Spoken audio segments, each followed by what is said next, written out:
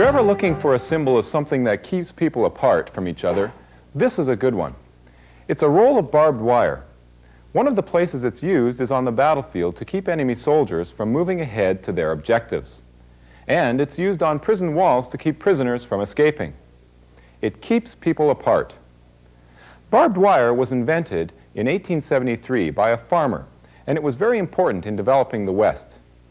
It's a couple of wires twisted together with mean-looking barbs spaced along its length.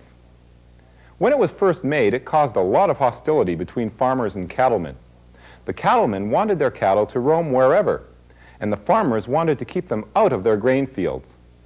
At one time, 400 types of barbed wire were being manufactured. So that's why I think barbed wire is a good way of introducing a program about access. Sometimes there are major problems between people, barriers that keep them from talking to each other. More importantly, there are barriers between people and God. In this program, we'll see two people drop their weapons. A kindly gentleman will tell how he has open access to his grandchildren, and then a music video on finding the exit from a burning building. First, our private eye.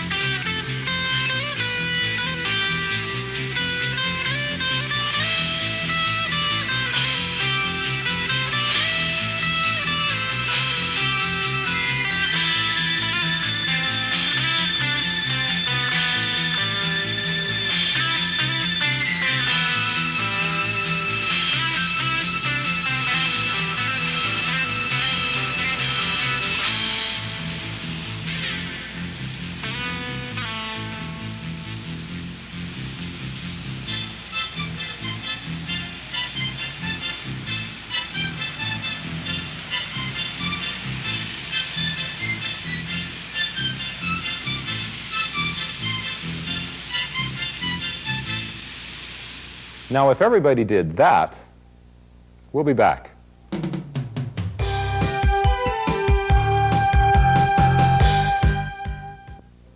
For many people, one of the biggest barriers is that between parents and children, or grandparents and grandchildren.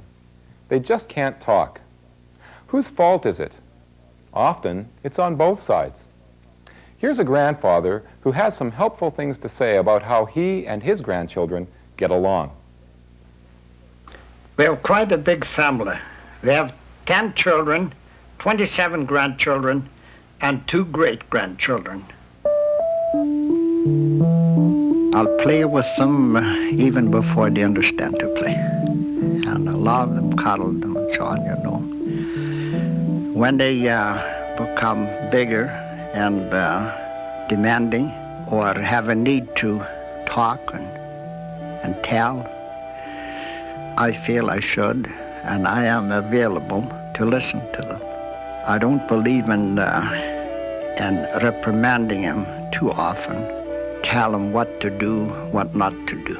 I'm interested in what they're saying and what their interests are, what they're doing. But there's no barrier between us. What they say is when we come to Winnipeg, to Grandma and Grandpa, They never talk about your dress. They never tell you, if you don't do this, then you're no good. But they look what you are on the inside. And they're very concerned about that. Like I said, I'll play with them. I'll go for a walk with them. Mostly I'll wait for them to initiate that. They'll come to me and say, Grandpa, let's go for a walk. Sure, we'll go for a walk. Or, Grandpa, let's go to the store. They're not being pushed aside. They're appreciated.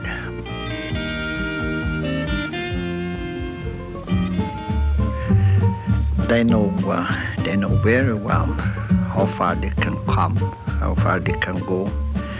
Children we have found that they're destructive, small children. For instance, we have a plant there.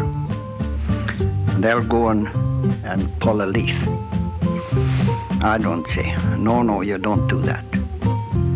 I go and tell them, look, this is how the plant grows, and if that leaf was there for nothing, it wouldn't need to be there. Now, if you pull it off, that leaf has some function there.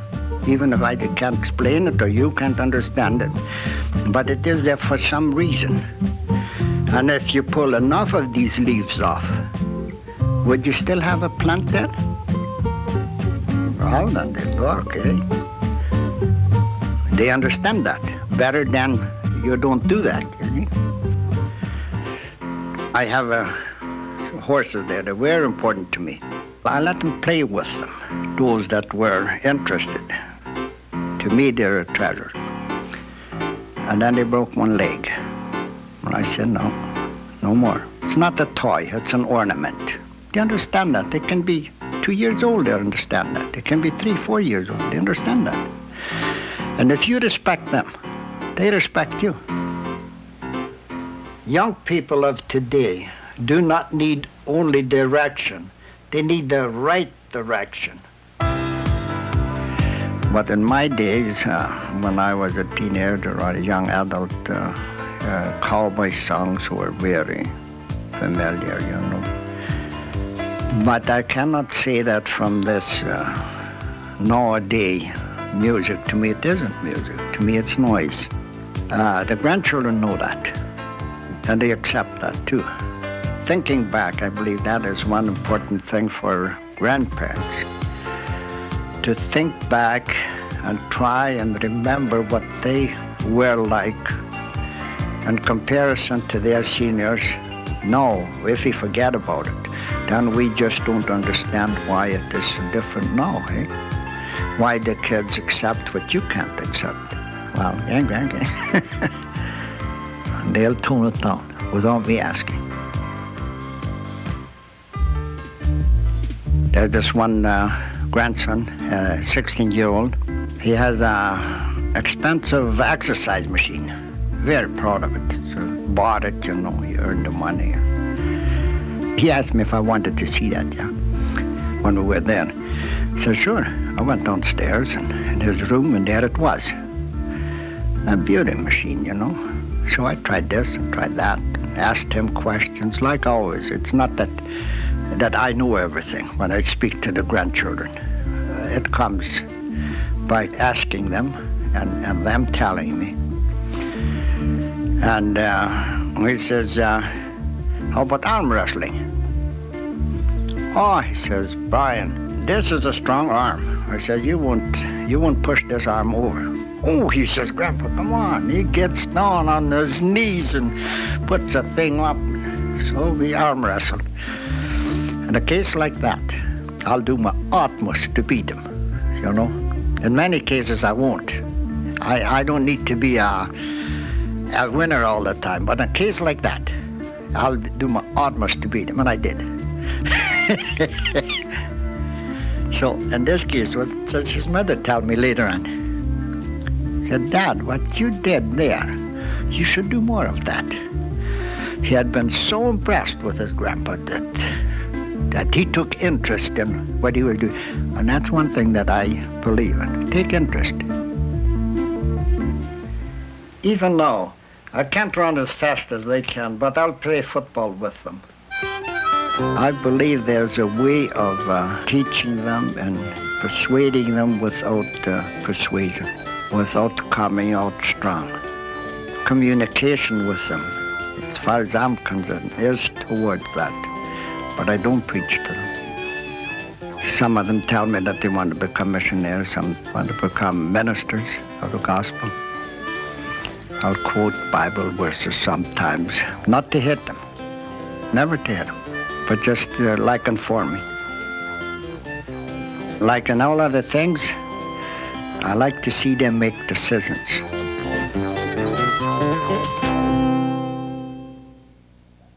How do you talk to someone you can't see? That's what you face when you want to talk to God.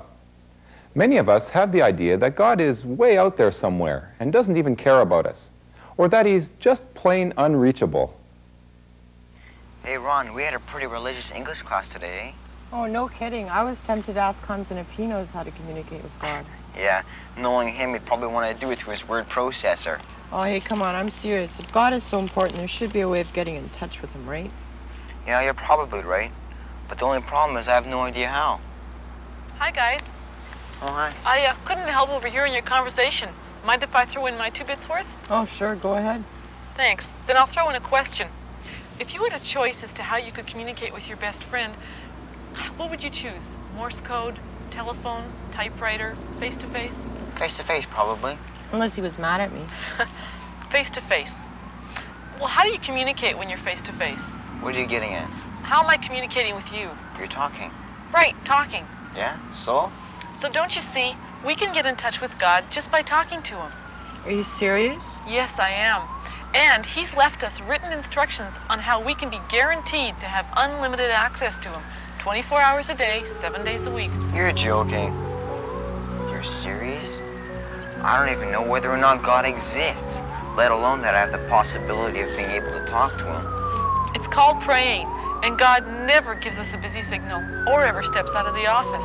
Well, that's a lot more than a lot of kids can say about their own dads. That's very true. God is the perfect father.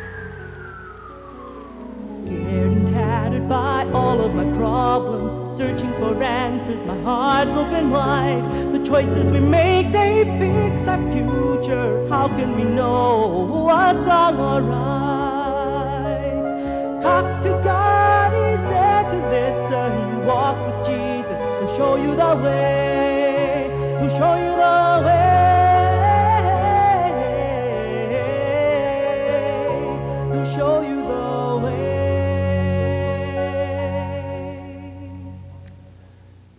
It makes sense that we should be able to talk to the one who created us. He, better than anyone else, should know what's best for us. We'll have more about access to other people and to God after this break.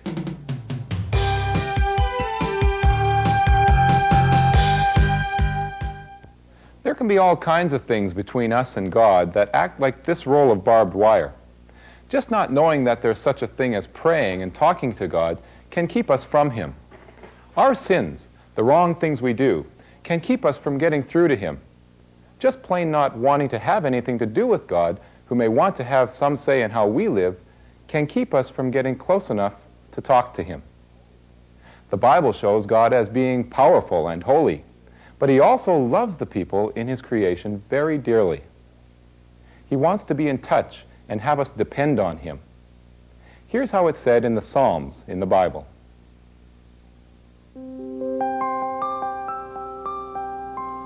O my people, listen, for I am your God. All the animals of field and forest are mine, the cattle on 1,000 hills, and all the birds. What I want from you is your true thanks. I want you to trust me in your times of trouble, so I can rescue you, and you can give me glory. Those who walk my paths will receive salvation from the Lord. Create in me a new, clean heart, O God, filled with clean thoughts and right desires. Don't toss me aside, banished forever from your presence. Restore to me again the joy of your salvation, and make me willing to obey you. Don't sentence me to death. Oh my God, you alone can rescue me. Then I will sing of your forgiveness, for my lips will be unsealed. Oh, how I will praise you. My enemies say, may he soon die and be forgotten. They act so friendly when they come to visit me when I'm sick, and when they leave, they laugh. They whisper together. They say, he'll never get out of that bed. Even my best friend has turned against me, someone I completely trusted. How often we ate together. Lord, don't you desert me. I thirst for God, the living God. Where can I find him to come and stand before him? Day and night I weep for his help. Take courage, my soul. Expect God to act, for I know I shall again have plenty of reason to praise him for all that he will do. He is my help. He is my God. The Lord himself is my inheritance, my prize. He is my food and drink, my highest joy. He guards all that is mine. He sees that I am given pleasant brooks and meadows as my share. What a wonderful inheritance. I will bless the Lord who counsels me. He gives me wisdom in the night. He tells me what to do. Because he is so near, I need never stumble or fall.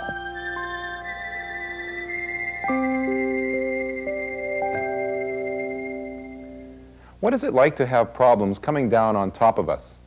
We're afraid of losing our lives through a nuclear war or illness or crime. Peace and happiness are gone. It's like being lost in a burning building, looking for the exit and then finding it.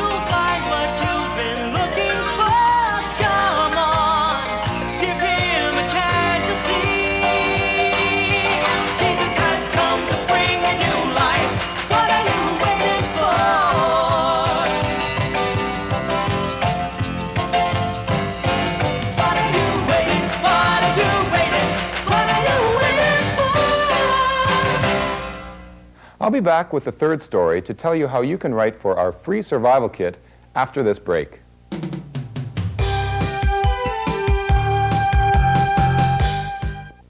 It's a wonderful thing when we can get rid of the barriers that keep us from people that we should be close to. Some of the things that are like this barbed wire are our angry words, our bad attitudes, unwillingness to forgive. The one who can help us best is God. His book, the Bible, tells us all about how we can get rid of the barriers so that we can have access to others and to God. Hi, we'd love to hear from you at the third story. We'd like to know a little bit about you, who you are, and what you think about some of the things you've seen on the program. When you write to us, we'll send you a survival kit. It's free of charge. In it, you'll find a cartoon book with some stories from the programs, a book from the Bible, some cards you can send to your friends, and a colorful poster with some verses to think about. When you write to us, send your letter to The Third Story, Box 2, Station F, Winnipeg, Manitoba. That's The Third Story, Box 2, Station F, Winnipeg, Manitoba. We hope to hear from you real soon. There is a conflict, and it's killing their soul. There is a battle of fear and frustration, a brokenness that needs to be made whole. They need a peacemaker with a loving hand.